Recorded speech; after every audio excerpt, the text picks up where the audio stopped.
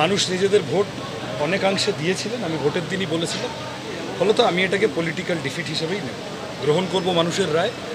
এবং আমরা প্রত্যাশা করেছিলাম যে আমরা রুজি রুটির কথাগুলো এই দাঙ্গাবাজির কথার মাঝখান দিয়ে খানিকটা নিয়ে যেতে পারবো, সেইটা সবটা পারিনি।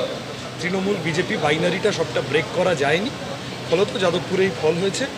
আমি মানুষের রায় অ্যাকসেপ্ট করছি এবং কালকে থেকে যাদবপুরের মানুষের জন্য আরও বেশি করে পরিশ্রম করার জন্য চেষ্টা করব। আপাতত যা সিলভার লাইনিং বোঝা যাচ্ছে, গোটা দেশ জুড়ে বিজেপি প্যাচে পড়ছে এবং আমাদের রাজ্যেও বিজেপি প্যাচে পড়ছে। বিজেপি কমা মানে দাঙ্গাবাজির কথাগুলোর পরিসর কমা। ন্যাচারালি আগামী দিনে জিনিসের দাম, চাকরি, শিক্ষা, স্বাস্থ্য এই কথাগুলোর স্পেস বাড়বে এবং আমরা উই উইল লুক ফরওয়ার্ড যে আমরা কিভাবে এই কথাগুলো মানুষের কাছে আরও বেশি করে নিয়ে যাব। আমার মনে হয় না, আমি এখনও পুরো রেজাল্ট পাইনি, তৃণমূলের বিপক্ষেও নিশ্চয় একটা সাফিসিয়েন্ট নাম্বার অফ ভোটস আছে।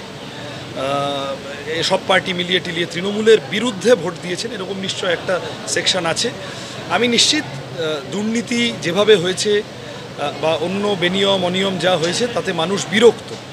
যে মানুষ বিরক্ত সেই মানুষকে খাটো করার কথা আমি বলবো না, কিন্তু ন্যাচারালি তৃণমূল কতগুলো নিজেদের কাজের বিজ্ঞাপন ইত্যাদি ভালো করেছে এবং এটা পরিষ্কার বোঝা যাচ্ছে যে সর্বত্র গোটা পশ্চিমবঙ্গ জুড়ে তৃণমূল বিজেপি বাইনারিটা আমরা ব্রেক করতে পারিনি। অন্তত এই নির্বাচনে কিছু কিছু জায়গায় ভোট বাড়িয়েছি, কিছু কিছু জায়গায় চেষ্টা করেছি, কিছু কিছু জায়গায় আমাদের কথাগুলো পৌঁছেছে মানুষের কাছে।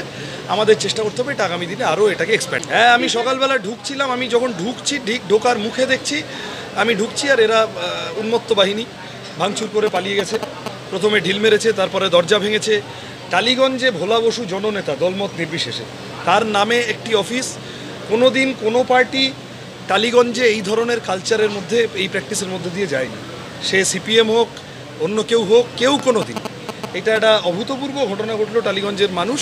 আমি নিশ্চিত টালিগঞ্জের মানুষ এই ধরনের ঘটনা আপত্তি করবেন, প্রত্যাখ্যান করবেন। ইতিমধ্যে আরও একটা দুটো তিনটে জায়গায় এরকম খবর পেয়েছে শুনেছি। আমি যা পরিষ্কার বুঝেছি যে তৃণমূল কংগ্রেস সাপের 5 পা থেকে ফেললে মুশকিল। তারা 4টে ভোট পেয়েছে মানে তাদেরকে মানুষ যা খুশি তাই করার, বিরোধীদের ওপর অত্যাচার করার লাইসেন্স দিয়ে দিয়েছেন।